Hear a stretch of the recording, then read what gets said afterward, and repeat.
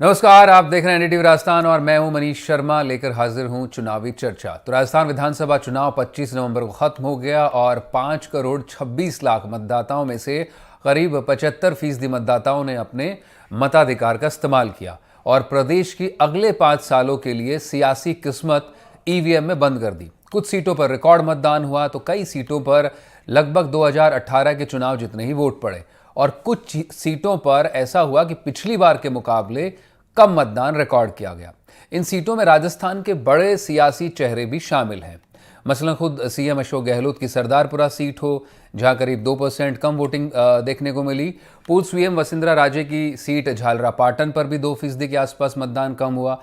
कांग्रेस नेता सचिन पायलट की सीट टोंक पर तो करीब 3.5% कम वोट पड़े। राजस्थान में थर्ड फ्रंट का दम भरने वाले आरएलपी के मुखिया हनुमान बेनीवाल की खींवसर सीट पर 3% मतदान कम हुआ। वहीं बीजेपी के आमेर से कैंडिडेट सतीश पूनिया, कोटा उत्तर से कांग्रेस के यूडीएच मंत्री शांति धारीवाल, बीकानेर पश्चिम से बीडी कल्ला की सीटों पर भी 2018 के मुकाबले कम वोट पड़े। यानी जिन बड़े चेहरों से चुनाव की सियासत, राजस्थान की सियासत गरमाई हुई थी, उनकी सीटों पर मतदान थोड़ा ठंडा रहा। कांग्रेस और बीजेपी के बड़े चेहरे लगातार भारी मतदान से पूर्ण बहुमत वाली अपनी अपनी सरकार बनने का दावा कर रहे थे और अभी भी कर रहे हैं, लेकिन खुद इनकी सीटों पर वैसा भारी मतदान देखने को इस बार नहीं मिला। इसी पर हम आपके सामने मौजूद हैं चुनावी चर्चा करने को लेकर। मेरे साथ मेरे सहयोगी रिपोर्टर जुड़ेंगे तो पॉलिटिकल एनालिस्ट भी होंगे और स्टूडियो से मेरे सहयोगी नीरज भी मेरे साथ इस वक्त मौजूद हैं। अविनाश शर्मा पॉलिटिकल एनालिस्ट हमारे साथ मौजूद हैं और मुकुल भी हमारे साथ जोधपुर से जुड़ गए हैं। सबसे पहले मुकुल, आप ही का रुख कर लेते हैं। इस वक्त आप जोधपुर में मौजूद हैं, सीएम अशोक गहलोत की सरदारपुरा सीट, और ओवरऑल जोधपुर का अगर डेटा भी देखें तो पिछली बार के मुकाबले जो अनुमानित डेटा अब तक है, 10 विधानसभा सीटों पर पिछली बार के मतदान बढ़ा नहीं पिछली बार से। जी बिल्कुल, मैं आपको बताना चाहूंगा कि जोधपुर की अगर 10 विधानसभा सीटों की बात करें तो करीब 82 यानी 82 प्रत्याशियों का जो भाग्य है वो ईवीएम में कैद है। जहां अगर मत प्रतिशत की बात करें तो इस बार जो है 10 विधानसभा सीटों में सबसे कम मुख्यमंत्री अशोक गहलोत का जो विधानसभा क्षेत्र है सरदारपुरा, वहां इस बार करीब 65.66 के करीब की पोलिंग हुई है और सबसे अधिक जोधपुर जिले के अंदर सबसे अधिक जो वोट हुए वो ओसिया विधानसभा में हुए 78.31 के करीब। जो अगर 2018 के हिसाब तुलना में देखें तो इस बार करीब 158 के करीब कम वोटिंग हुई है जोधपुर जिलों में। जी मुकुल, क्योंकि आप लगातार उस इलाके में मौजूद हैं, आप सीएम सरदारपुरा की सीट को भी जाहिर तौर पर आपने कवर किया। क्या कुछ वजह रही, मतदाताओं से बात हुई हो, लोकल सियासत को जानने वाले लोगों से बात हुई हो? खुद सीएम अशोक गहलोत की सीट पर मतदान इतना ठंडा रहना, जबकि सियासी पारा तो चढ़ ही रहा था वहां इस बार। जी बिल्कुल, मैं बताना चाहूंगा। अगर बात करें सबसे पहले मैं अगर ओसिया सीट की बात करूं तो इस बार ओसिया विधानसभा जो सीट है यहाँ पर, जहां पूरे राजस्थान के अंदर करीब 199 सीटों पर चुनाव हुआ, उसमें एक ओसिया विधानसभा सीट ही ऐसी थी जहां पर जो मुख्यमंत्री की जो 7 गारंटी योजना है उसका बिल्कुल भी प्रचार प्रसार न के बराबर किया गया था। और जहां अगर अपन वहां की जो प्रत्याशी थी दिव्या मदेरणा, उसके कहीं भी पोस्टर में ना मुख्यमंत्री का कहीं चेहरा दिखाया गया और ना ही गोविंद डोटासरा का कहीं चेहरा दिखाया गया। उसके बावजूद भी जो कहीं ना कहीं इतनी रिकॉर्ड जो पोलिंग हुई है, मत प्रतिशत बढ़ा है, ये कहीं न कहीं मामले में जो सवाल भी खड़े करता है। और जो जोधपुर सरदारपुरा विधानसभा क्षेत्र की बात करें तो यहाँ जो कम पोलिंग हुई है वो कहीं न कहीं जो है वो कांग्रेस के लिए भी जो है वो कहीं न कहीं जो है वो गलत साबित।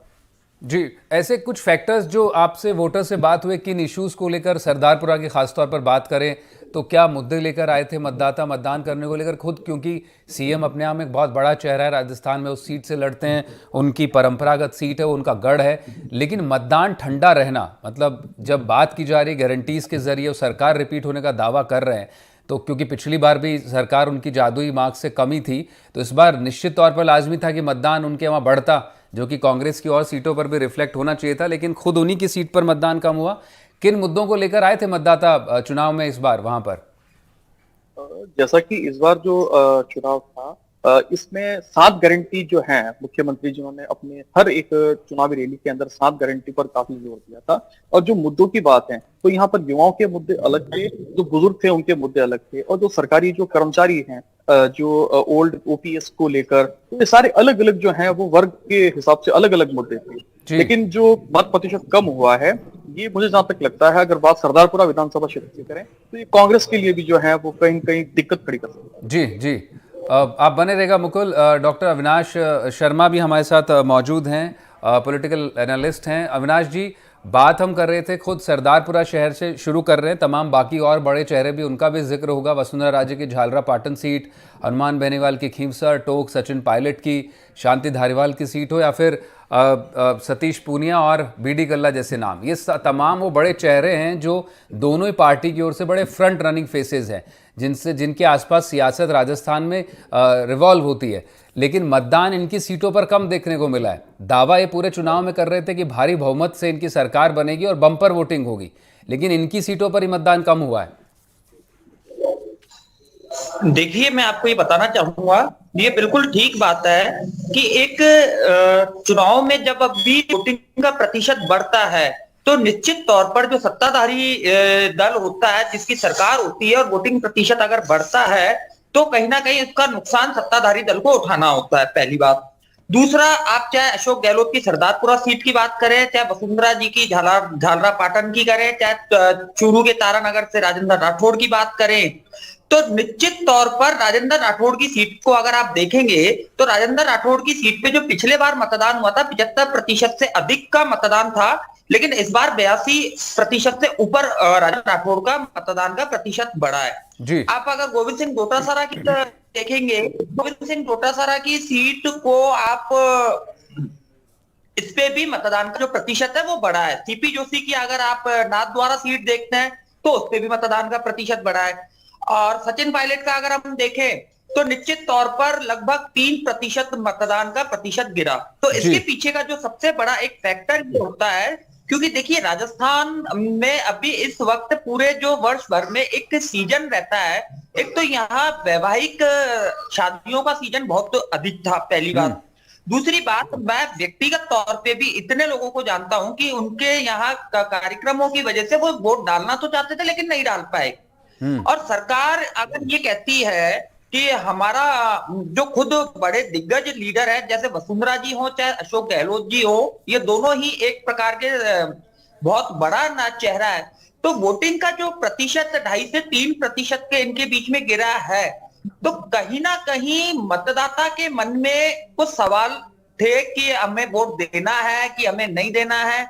तो मतदाता कहीं ना कहीं उस चीज से, एक्चुअल क्या होता है कि मैं आपको बताऊं, एक ही चेहरे को बार बार देखते देखते देखते मतदाता भी परेशान हो जाता है कि बार बार हम इन्हीं को क्यों बदलाएं, बार बार इन्हीं को क्यों करें। तो इसको हम दोनों ही फैक्टर्स में देखते हैं, क्योंकि जैसे राजेंद्र राठौड़ की तारानगर सीट है, वहां तो लगभग 3 से ऊपर प्रतिशत मतदान हुआ है जी। और आपके सीपी जोशी जी जो खुद एक वोट से हारे थे पिछले चुनाव में, जब एक वोट से हारे थे, जो तो सीएम एक फेस भी थे, अशोक गहलोत में थे, मतदान बढ़ा है वहां पर। जी जी जी, वहां भी मतदान का प्रतिशत बढ़ा।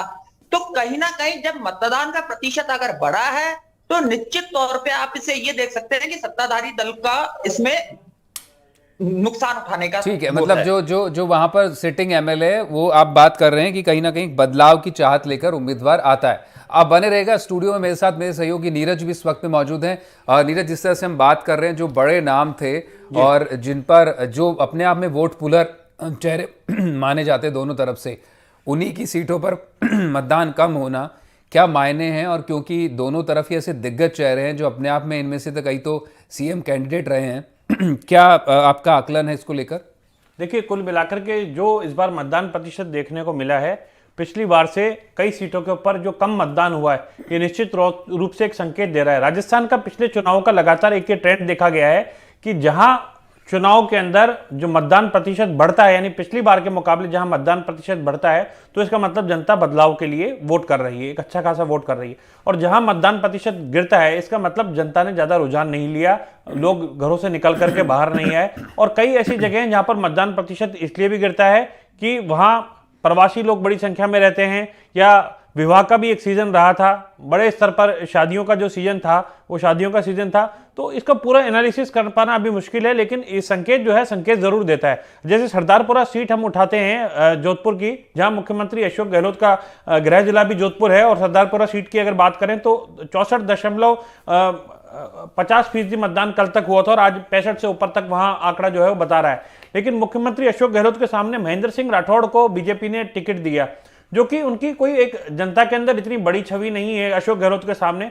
तो बड़े नेताओं के सामने एक तो कमजोर प्रत्याशी जब आ जाता है मैदान के अंदर तो वहां सवाल उठने लाजमी है। इसी तरीके से झालरापाटन से वसुंधरा राजे के सामने जो है रामलाल चौहान को उतारा गया है। अब रामलाल चौहान का इतना कोई बड़ा प्रोफाइल नहीं है या इसे इतने बड़े कद के वो नेता नहीं है कि वो वसुंधरा राजे के सामने खड़े हो सकें।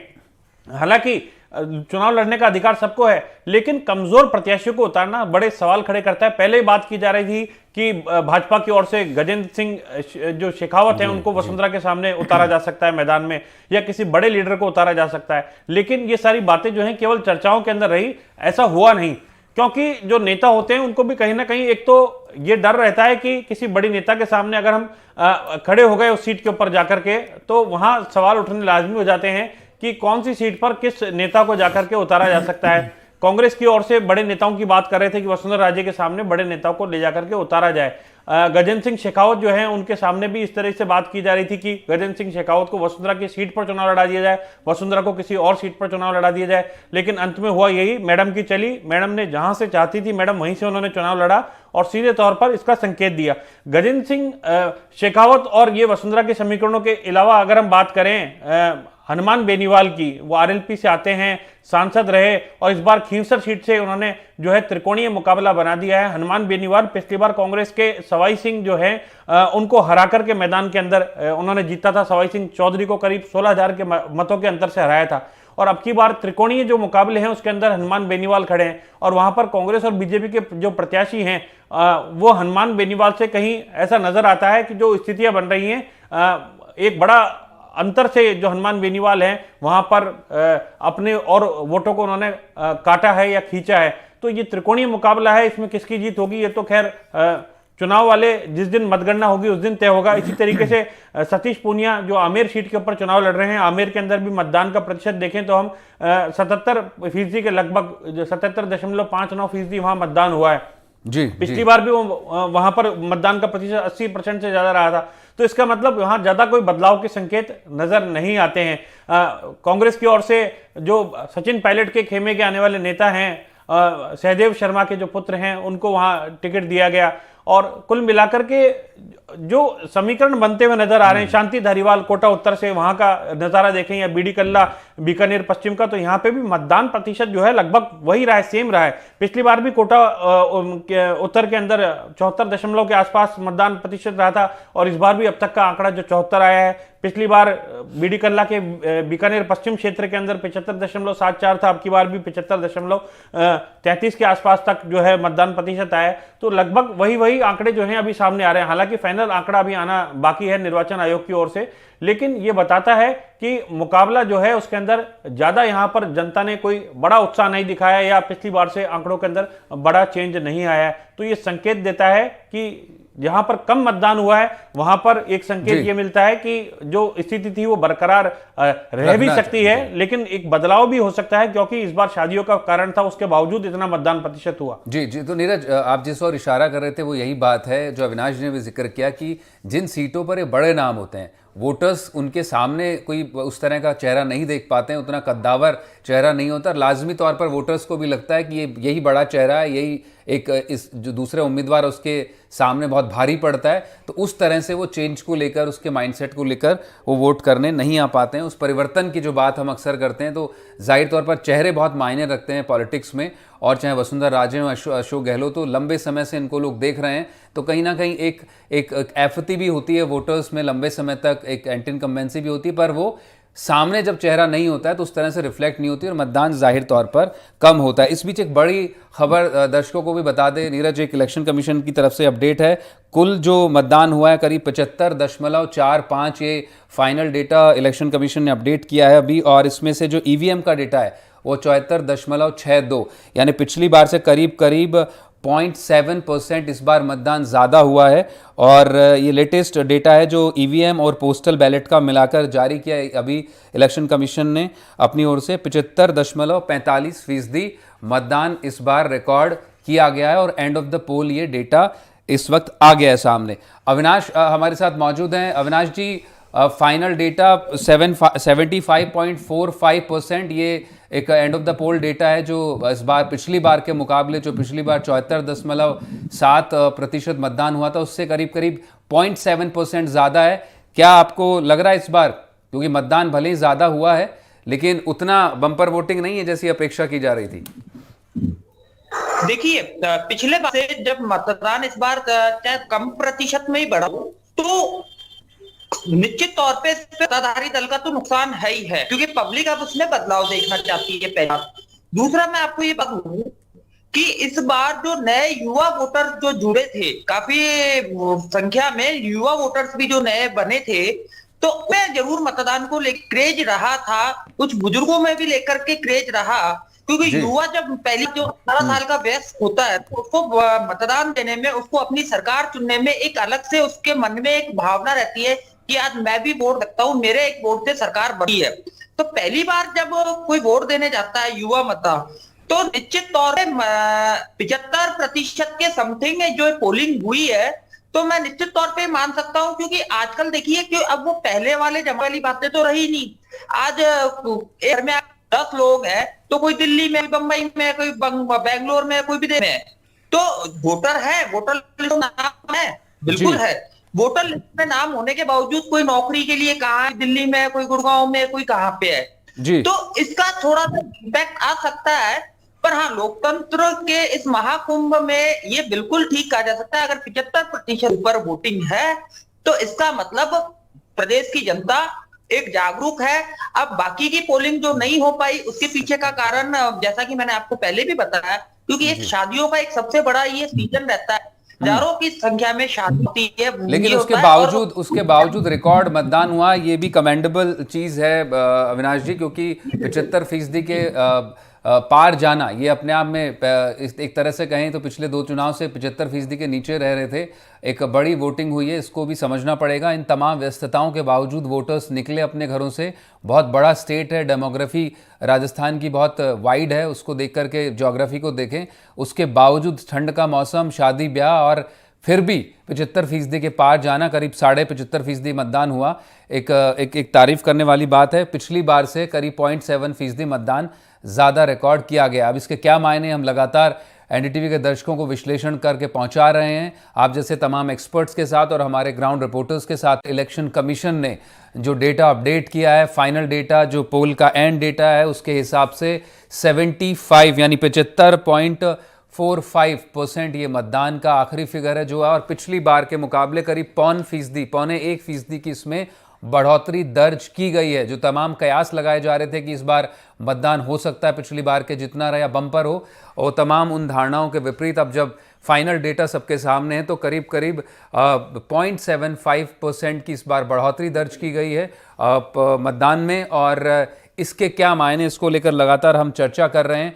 मैं चाहूँगा कि हम खबर भी ब्रेक करें, और मेरे साथ मेरे सहयोगी नीरज मौजूद है, बाकी तमाम एक्सपर्ट्स भी मेरे साथ मौजूद है। नीरज, 0.74% के आसपास बढ़ोतरी दर्ज की गई है और ये फाइनल डेटा है, क्या मायने पहली बार में आप देख रहे हैं, क्योंकि रुझान जो रहे हैं, एक बार गिरावट और बढ़ोतरी, बहुत ज्यादा बढ़ोतरी नहीं है लेकिन सब्सटेंशियल बढ़ोतरी मानी जाए इसको? बिल्कुल मनीष, एनडीटीवी सबसे पहले अपने दर्शकों तक ये जानकारी पहुंचा रहा है कि जो मतदान प्रतिशत था उसके अंदर फाइनल जो अभी डाटा निर्वाचन आयुक्त ने, मुख्य निर्वाचन आयुक्त ने जारी किया है, वो 75.45% है, और पिछली बार जो मतदान प्रतिशत था 74.71% था। सीधे सीधे जो अंतर आया है 0.74% का ये अंतर निकल करके सामने आया है, करीब 0.5% जैसा कि आपने बताया। और पिछली बार अगर बात करें, जो सरकार बनाने में और गिराने में जो भूमिका थी, यानी कि जो सरकार के अंदर जो मार्जिन था कांग्रेस और बीजेपी के वोटों में, करीब 1.01% के आसपास जो था ये अंतर था, यानी 1% के आसपास अंतर पर कांग्रेस ने सरकार बना ली थी, और अब की बार 0.5% का ये अंतर जो है नजर आ रहा है।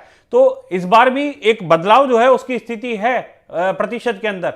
पौन फीसदी है, यानी कि 0.25 या 26% जो है ये मतदान पिछली बार के जो अंतर था उस अंतर से कम है। हालांकि इस बार बढ़ोतरी जो है वो देखी गई है पिछली बार से। तो अब ये अंतर किसके पक्ष में जाता है ये वाली बात भी देखने की जो लाजमी जो है वो लाजमी रहेगी। लेकिन ये एक बड़ा अंतर है, ये दिखता बहुत कम है, 0.25 दिखता है। लेकिन जब अगर कैंडिडेट वाइज बात करें और अलग अलग क्षेत्रवार विधानसभा वाइज बात करें माइक्रो लेवल पर, तो ये अंतर एक बड़ा अंतर दिखता है। अब इस बार भी जो स्थिति है वो मार्जिनल रह सकती है या कांटे की टक्कर जो है वो रह सकती है कई सीटों के ऊपर। जो अभी फिलहाल जो इन आंकड़ों से एनालिसिस जो समझ में आ रहा है वो कांटे की टक्कर कई बार कई जगह देखने को मिल सकती है। ऐसे में एक बड़ा सवाल ये भी खड़ा हो रहा है कि निर्दलीय और अन्य पार्टियां, जो कि छोटी छोटी बहुत सारी पार्टियां खड़ी हुई थी, उनके कैंडिडेट खड़े हुए थे, और जो निर्दलीय खड़े हुए हैं जो कि दमदार कैंडिडेट हैं, भाजपा और कांग्रेस दोनों पार्टियों के बागी है, इनकी इस चुनाव में बड़ी भूमिका हो सकती है। ऐसे संकेत ये आंकड़े फिलहाल देते हुए नजर आ रहे हैं। जी जी नीरज, जाहिर तौर पर जो करीब 50 से ज़्यादा बागी दोनों ही दलों की ओर से खड़े हुए थे, उनका हम लगातार एनडीटीवी पर भी विश्लेषण देते रहे, उनकी खासी भूमिका इस चुनाव में रह सकती है। क्योंकि कहीं ना कहीं जो एक वोट पुलर फोर्स होती हैं जो मेजर पार्टीज बीजेपी कांग्रेस, उसके अलावा उन्हीं पार्टियों के बागी जब होते हैं तो निश्चित तौर पर मतदान बढ़ना लाजमी है, और कहीं ना कहीं ये उसको रिफ्लेक्ट भी कर रहा है। अब देखने वाली बात ये होगी कि पलड़ा किस ओर जाता है, दोनों पार्टी की ओर, या फिर कोई बागी जो है अपना इस बार अपना पलड़ा आगे लेकर जाएगा। अविनाश जी, आप भी हमारे साथ मौजूद हैं, लगातार हम आपसे बात कर रहे हैं इसको लेकर। 0.74 करीब 0.1% का इजाफा इस बार पिछली बार के मुकाबले, बहुत ज़्यादा तो नहीं है लेकिन सब्सटेंशियल माना जाए, ग्रोथ है, और रिकॉर्ड मतदान तो अपने आप में है ही राजस्थान में। किस ओर इशारा है, क्या असेसमेंट आपका? जी बिल्कुल, जो 0.74% बढ़ोतरी हुई है ये निश्चित तौर पर एक बहुत ही जैसा कि मैंने आपको बताया कि युवा वोटर जो यहाँ जुड़े थे, तो युवाओं का मैं ये मान के चलता हूँ कि इस प्रतिशत को बढ़ाने में कहीं ना कहीं युवा वोटरों का बहुत बड़ा योगदान रहा है। और युवा वोटरों में जो एक जैसा कि मैं कह चुका हूं आपको कि युवा एक जब वोट डालने गया, जब मैं खुद भी पहली बार वोट डालने गया था, तो मेरे में भी एक मन में एक अजीब से एक वो था कि नहीं, अब मैं भी इस सरकार को चुन सकता हूं, मेरे पास भी वो शक्तियां मौजूद है कि मैं कोई सरकार को चुनने के काबिल हूं। तो निश्चित तौर पर ये बहुत ही बड़ी बात है। और किसी भी अगर आप अदर राज्यों की भी बात करते हैं तो अदर राज्यों में भी आप देखेंगे तो वोटिंग का प्रतिशत लगभग पिछले कई वर्षों की तुलना में तो अब आप देखेंगे कि पहले जो वोटिंग होती थी वो 63% के ऊपर रहती, उससे ऊपर कभी जाती नहीं थी। पर इस बार काफी बड़ा है, ठीक है, कम है, लेकिन इसे आप एक सकारात्मकता के रुख की तरफ ले सकते हैं कि अब देश की जनता में एक जागरूकता आ चुकी है और वो वोटिंग के प्रति जैसे पहले उदासीनता रहती थी, लोग कम वोटिंग किया करते थे, लोग घरों से नहीं निकला करते थे, तो इस बार आपने देखा होगा कि वोटिंग बूथों के बाद लंबी लंबी कतारें लग रही है। व्हीलर पे 80-80, 90-90 साल बुजुर्ग व्यक्ति वोट डालने आ रहे हैं, युवा लाइन में लग करके वोट डाल रहा है। तो निश्चित तौर पर ये बहुत ही एक सकारात्मक, लोकतंत्र की मजबूती के लिए ये एक बहुत बड़ी और एक अच्छी शुरुआत है।